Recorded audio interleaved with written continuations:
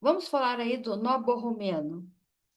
Esse nó borromeano, ele foi introduzido ali por Jacques Lacan em meados da década de 1970.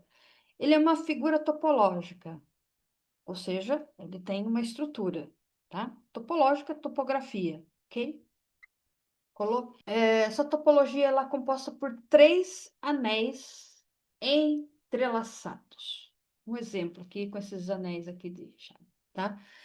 Então, esses anéis, eles só se sustentam juntos. Então, se um se desfaz, os outros também se soltam. Se eu tirar um aqui, cai tudo. E ele foi usado ali por Lacan para representar a estrutura do sujeito, articulando ali os três registros fundamentais da psicanálise lacaniana, que é o real, o simbólico e o imaginário.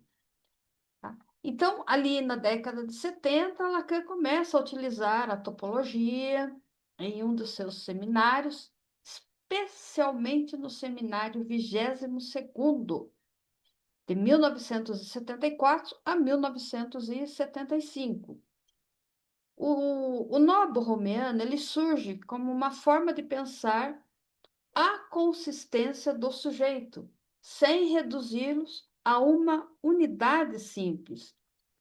Então, Lacan ele buscou ali uma representação formal que mostrasse como os registros psíquicos eles se sustentam apenas em suas articulações e não isoladamente. Esses três anéis entrelaçados, ou seja, nenhum está diretamente preso a todos os outros, mas o conjunto só se mantém porque os três estão amarrados de modo que, se um se desfaz, todos os outros se soltam. Então, essa propriedade mostra que a consistência do sujeito ele depende da interdependência estrutural entre os registros. O registro ali do imaginário, o que quer dizer ele? Ele se relaciona às imagens, que vem de imaginários, identificações e a forma do eu. Ele é o campo das aparências, das relações especulares e da consistência narcísica, onde o sujeito ele se reconhece e faz ali uma alienação. No simbólico, o registro da linguagem, ou seja, é aquele que é da lei, é da estrutura. Ele representa ali o campo das normas sociais e também dos significantes que antecedem o sujeito. É o espaço em que a experiência humana ela se torna legível e articulável. Ali no campo do real, é o que não pode ser simbolizado ou imaginado. Ele representa aquilo que é impossível, aquilo que escapa à linguagem e à representação. Ele é fundamental para compreender a incompletude da subjetividade. Fazendo ali uma comparação rápida ali entre os registros, vamos lá, vamos falar do registro, da função e do exemplo. Por exemplo, no registro do imaginário é o campo das ideias e identificações. Vou te dar um exemplo: o narcisismo, o espelho, as fantasias. Tá? No registro do simbólico, o que eu tenho ali? A estrutura da linguagem e da lei. O que dá de exemplo dentro do simbólico? O nome, regras sociais e significantes. Ali no registro do real, qual é a função? É o que é impossível de simbolizar.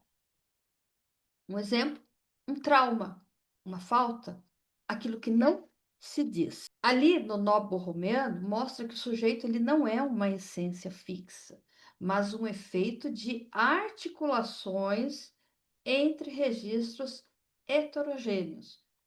E se um desses registros ele se rompe, a estrutura subjetiva inteira se desfaz. Então, essa visão rompe a ideia de identidade unitária e ele abre espaços para compreender o sujeito como uma trama complexa de linguagens, de imagens e impossibilidades. Na clínica psicanalítica, o nó borromeano ele é usado como essa ferramenta conceitual para compreender como os registros do real, do simbólico e do imaginário, eles se entrelaçam na constituição do sujeito e na manifestação dos sintomas.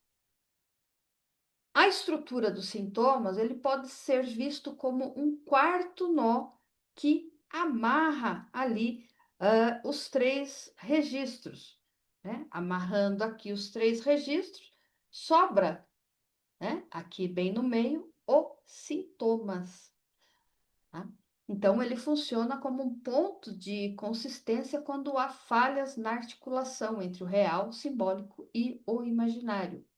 Por exemplo, no caso de psicose, esse sintoma ele pode surgir como uma tentativa de suplência ao furo simbólico. Furo simbólico? O que é o furo simbólico? É aquilo que não pode ser representado pela linguagem ou pelos significantes. É uma espécie de um vazio estrutural que marca os limites do registro simbólico. E o que quer dizer um diagnóstico diferencial? O diagnóstico diferencial ele permite pensar as diferenças neuroses, psicoses e perversões. Então, cada estrutura clínica se caracteriza por uma forma distinta de amarração dos registros. Na neurose, há uma articulação relativamente estável. Na psicose, há um desatamento do simbólico e na perversão, uma torção particular que sustenta o sujeito. A função do nome do pai, ela é vista como um elemento que garante a amarração borromeana. A sua ausência ou fora-clusão pode levar ao desencadeamento psicótico. Clinicamente, isso ajuda a compreender delírios e alucinações como tentativas de uma reamarração. Dentro ali da clínica, o analista ele pode usar a lógica borromeana para entender como o sujeito organiza a sua experiência. Isso orienta a escuta. Em vez de buscar uma essência, ela observa como os registros eles se sustentam ou se desfazem. Quer um exemplo? Vou te dar um exemplo. Referente ao registro, a clínica e o exemplo. Por exemplo,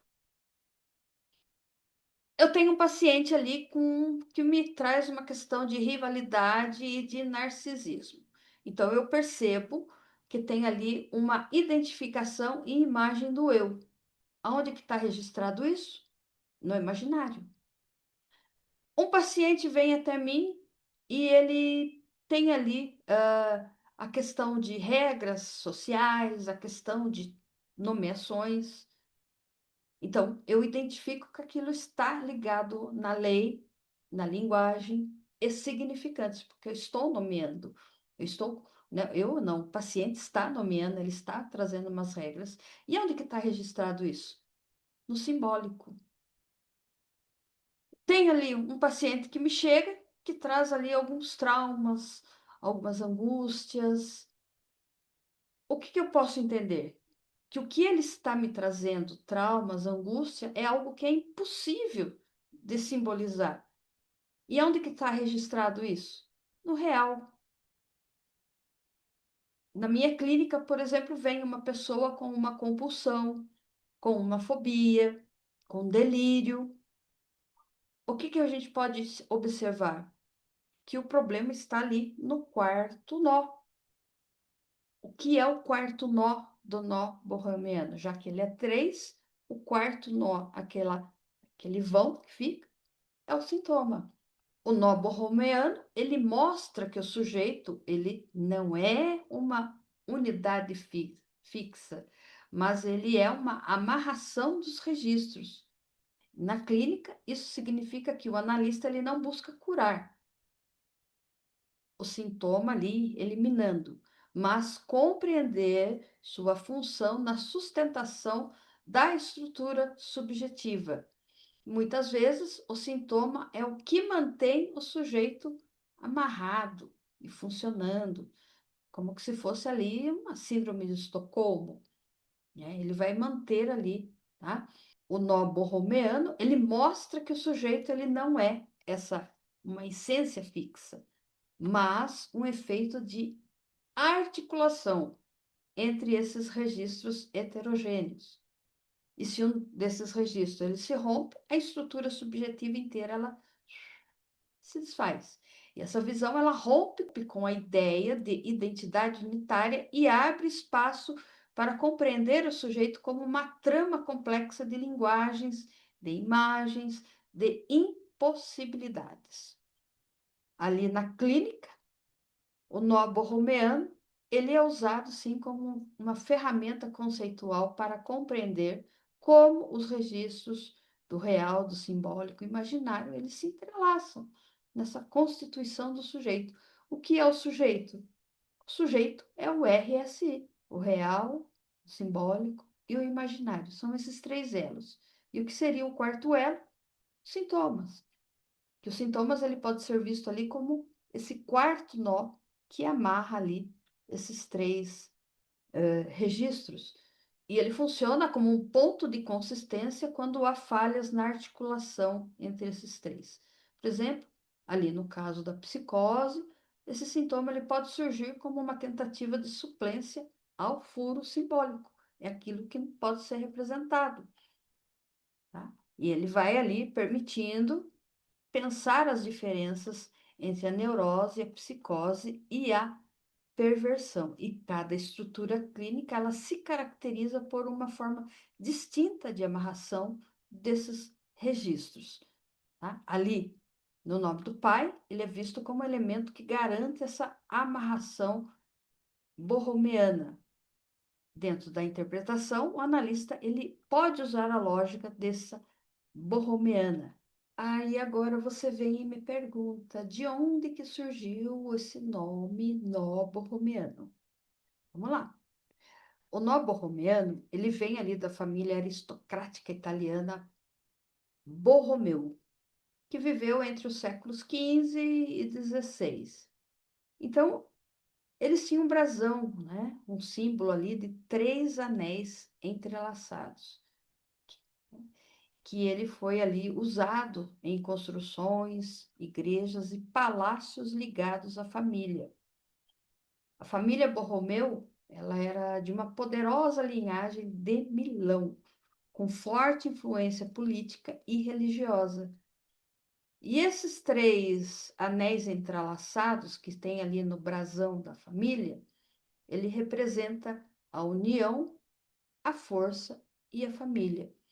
E esse desenho passou a ser chamado de nó borromeano, porque a sua estrutura ela mostra que esses três círculos só se mantêm unidos junto. Se um se desfaz, os outros também se desfaz. No significado simbólico, unidade e interdependência, ou seja, cada círculo depende dos outros para existir como um conjunto. A força da aliança, usado como metáfora de união familiar e fidelidade. E Lacan aproveitou esses três símbolos para poder ali usar de uma forma topográfica a interpretação dos registros do real, simbólico e imaginário. Então, eu aproveito e deixo aqui a minha sugestão, que é sempre bom estar lendo ali os 23 seminários que Lacan deixou, que são considerados ali a espinha dorsal do ensino lacaniano, onde mostram ali a evolução do seu pensamento, do retorno ao Freud e a técnica psicanalítica, passando pela teoria dos registros do real, do simbólico e do imaginário.